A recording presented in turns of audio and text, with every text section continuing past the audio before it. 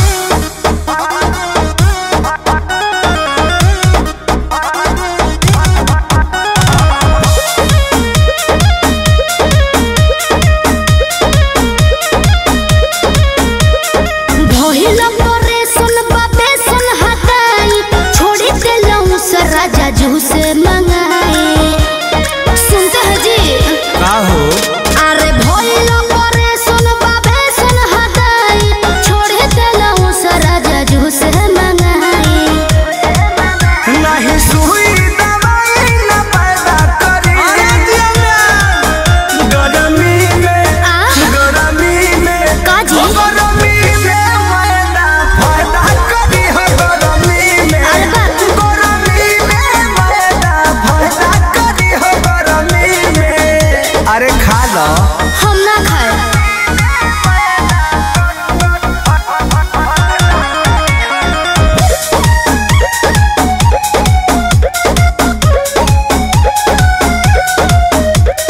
Doctor से हमरा तो माना बा, बिछुआ तो खाए के खाना बा।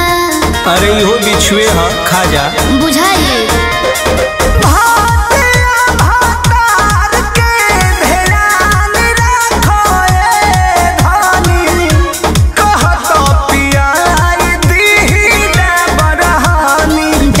से हमरा तो माना बा, बिछुआ तो खाए के खाना बा।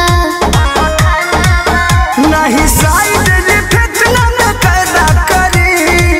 रउए जाना तनी गरमी में का हो, गरमी में हो, गरमी में मैदा फायदा करी हो, गरमी में ओहो गरमी में मैदा फायदा करी हो, गरमी में। अरे खा लो। कहतनी